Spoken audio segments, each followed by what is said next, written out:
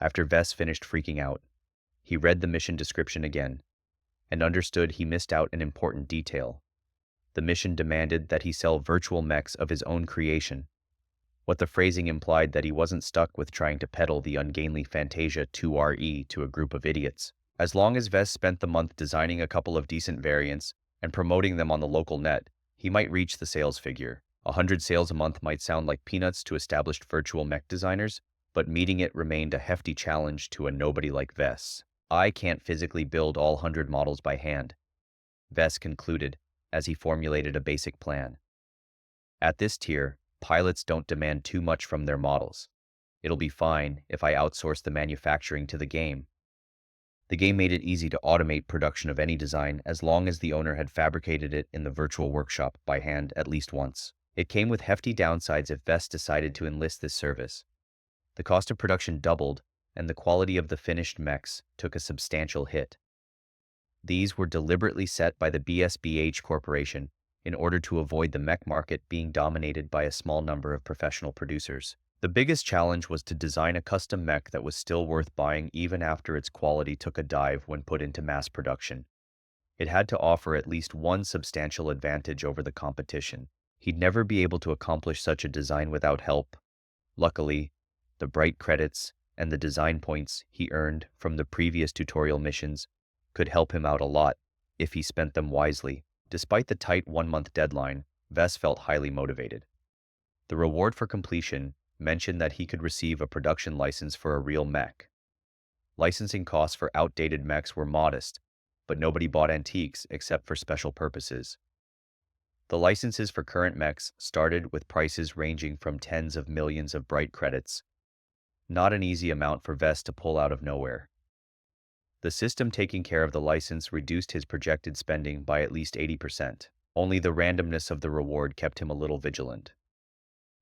He hadn't received much luck with the system so far, so he felt there might be a possibility he might receive a useless model. Any design over 100 years old were too obsolete to be of use in the battlefield.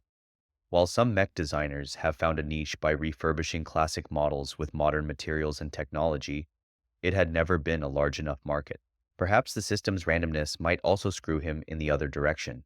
Vess could receive a model that was too high-end, one that cost billions in materials alone to produce. His small-scale second-hand 3D printer might not even have the capabilities to process all of the exotic materials involved with the production of the parts. If he was particularly unlucky, some big players might even wonder why his small mech boutique possessed such an expensive production license in the first place. Vess shook his head and got down to earth. First, let's spend the design points. They're not much, but enough for a total beginner like me. He had received a windfall of a 1000 DP for completing the tutorial mission, but he couldn't rely on earning the same amount going forward. He only earned 1 DP for completing a successful design, and another point for selling it. At this pace, he'd face a considerable drought of DP in the near future. The points aren't doing anything sitting in my status. I might as well spend them as I desperately need to improve my basic capabilities. His recent experience in designing a mech variant and putting it on the market helped put his skill level in perspective. Vess had a better what his good and bad points are in comparison to other inexperienced mech designers who sold their work in iron spirit. His status hardly changed since the last time he viewed it. Only his concentration had improved by 0.1. While he could work hard to raise his attributes and skills on his own, the system could do the same. While he could have bought more equipment or pets from the system, what he really needed right now was to improve his own capabilities. Vess had enough sense not to rely too much on external help. After browsing the shop and the skill tree for a couple of hours, Vess formed a spending strategy based on the prices set by the system. Attributes formed the basics. Not all of them were useful, but intelligence, concentration, and creativity had a pretty big influence in Vess's future limits. His creativity especially appeared deficient, something he could confirm firsthand as any casual drawing he sketched would draw looks of disgust. Vess wanted to raise his 3 core attributes substantially, but if he did that, he might not get an immediate benefit for the amount he spent.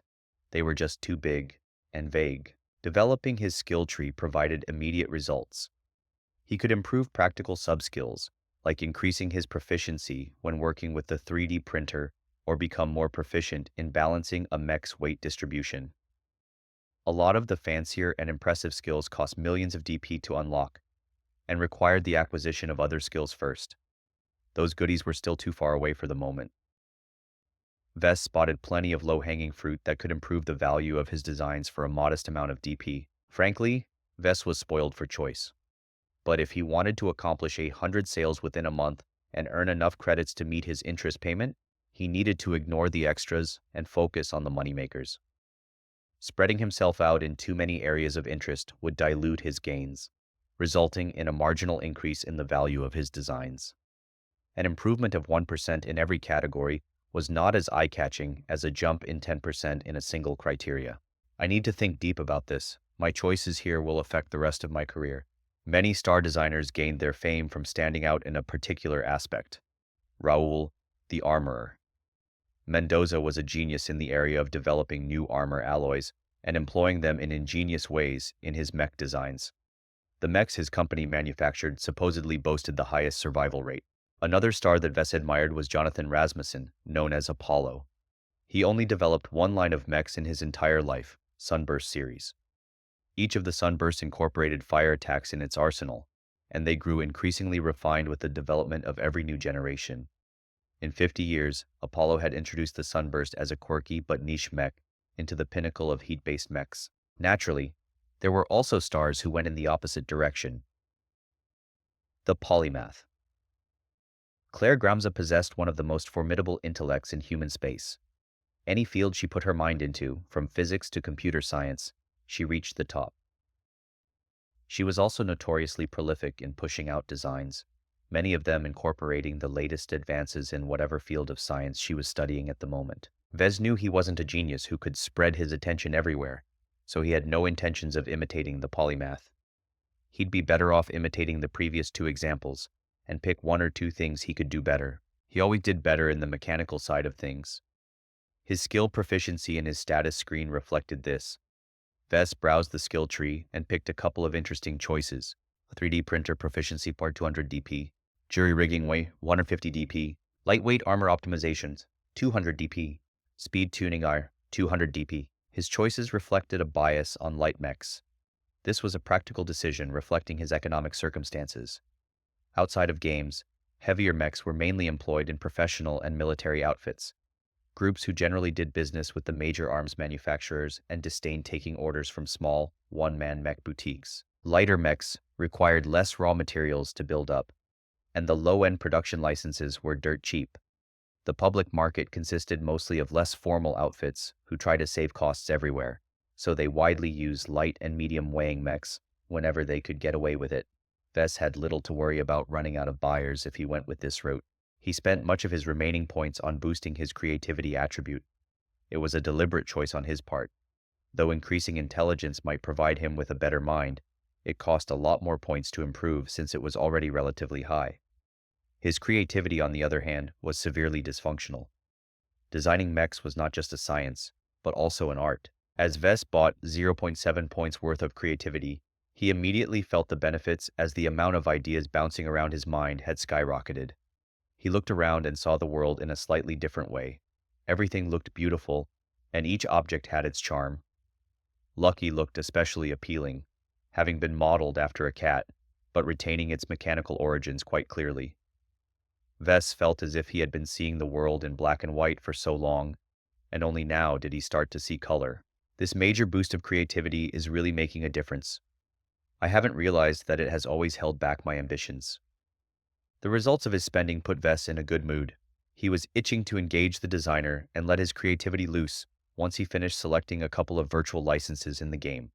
Just before he visited the in-game market, Vess first looked up his 2RE variant and chose to let Iron Spirit take care of the manufacturing.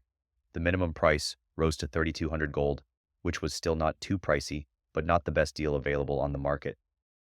This time, he left the price alone, as he wasn't intending to earn a profit this time. He just wanted to reach 100 sales as soon as possible. Not that anyone is stupid enough to throw 3,200 gold on an ugly mech like the 2RE.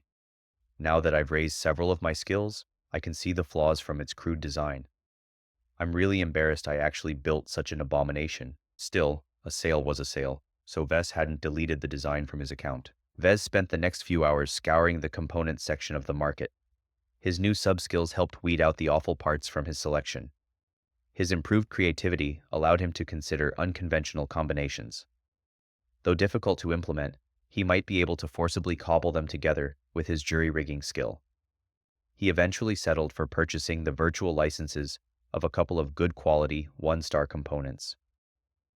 Astoria Experimental Flight System, 25,000 bright credits. Fayette ECM Mark I, 7,000 bright credits. Red-Eye Assisted AIM Module, 9,999 bright credits. MTTR Removable Battery Pack, 3,000 bright credits. Harconix Lite DMR version 3, 19,999 bright credits. Festive Cloud Generator, 5,000 bright credits. Mirren 21 Ultralight Armor Plating, 10,000 bright credits. Almost 80,000 bright credits exited his spending account as Vess finalized his purchases.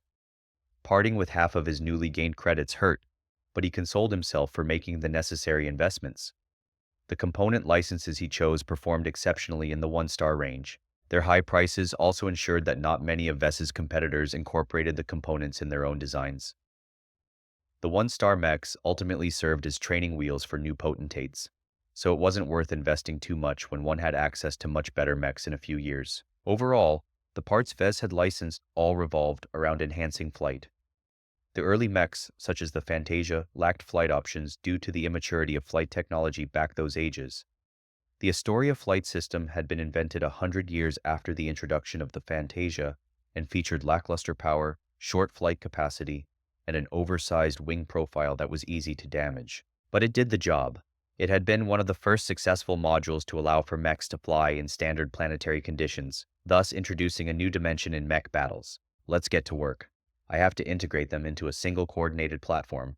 Vez opened the system's designer and loaded the stock Fantasia 2R model in his virtual workspace.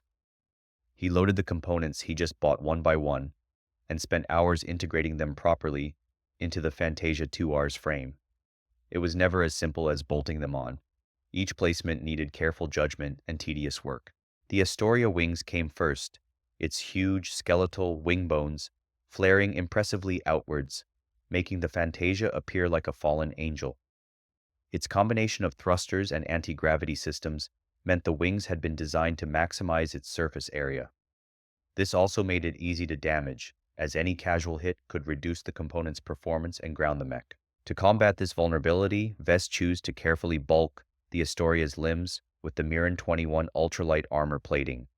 This was a delicate and error-prone job, one that could easily reduce the flight system's efficiency by a drastic amount. He ultimately had to spend an entire day trying to get it right. He placed the Fayette Electronic Countermeasure, or ECM, over the left eye, making sure to align it so the short antenna extended from the Fantasia's ear. The ECM ensured that automated and aim-assisted systems had a harder time tracking the mech.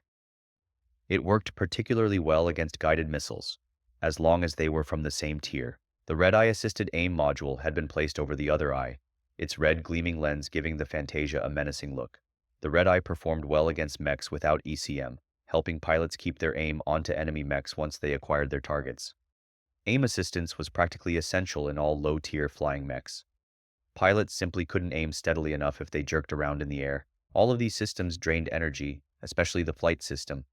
The modules came with their own energy storage, but as one-star parts they lacked endurance compared to modern alternatives. This required Vess to place rectangular MTTR battery packs anywhere he could fit on the Fantasia without overburdening the frame. The only place he could fit more battery packs was at the front upper torso. He papered over the vulnerable packs with additional ultralight armor plating. He placed most of them around the waist, making the chassis look like it wore an overfilled tool belt. The great thing about the MTTR was that the packs were disposable, allowing pilots to eject them once they were drained of energy. He covered them up with Mirren 21 armor plates to make them less prone to damage. Finally, he added in an unconventional but potentially effective system, the Festive Cloud Generator. A specialty of Cloudy Curtain, Vess had visited many mech shows on his home planet that used the colorful cloud generator to create patterns in the sky. Though its bright colors hardly helped with stealth, Vess thought that it might help obscure the Fantasia and its vulnerable wings if placed on the rear just underneath the Astoria. Once he had integrated all of these components, he set the Fantasia's default weaponry to be a bog-standard combat knife, and the new Harkonix Light DMR.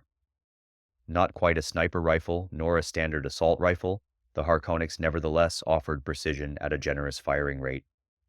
The rifle's hefty power requirements necessitated a power coupling with the Mech, meaning that if the Fantasia dropped the DMR, it couldn't be fired anymore. Once Vest brought all of the newly bought parts together, the new variant looked nothing like its stock model. Though it gained a generous amount of mass, the new Fantasia also appeared like a predator, capable of striking down any interlopers from afar. He enjoyed putting this variant together. He had been able to flex his improved creativity and newly acquired subskills to do a much better job of integrating the parts than if he was still a fresh graduate. This is hardly a Fantasia anymore, so let's call you a Fantasia 2R Seraphim. Before Vest submitted the design for approval, he painted over the entire frame in Cloudy Curtain's national colors. It made the Fantasia appear as if it was born in the skies. Design evaluation Fantasia 2R Seraphim. Variant name Fantasia 2R Seraphim. Base model Fantasia 2R. Original manufacturer Kezia Armaments. Weight classification light. Recommended role aerial marksman. Deviance 44%. Performance improvement 17%. Overall evaluation. The Fantasia 2R Seraphim features a superior aerial performance at a horrible cost. Its performance in close-range combat has been sacrificed for powerful long-ranged firepower. The Mech is able to outperform its opponents as long as it has energy to spare, which isn't much. The Seraphim further shines out due to its attractive appeal. You have received 50 design points for completing an original design with a performance improvement of over 10%. Vest whooped into the air with a cheer. He actually did it. He completed a custom design that outperformed the base model significantly. Sure, he overspent way too much to achieve such a boost, but it nonetheless propelled his Seraphim in the top tier of custom Fantasias.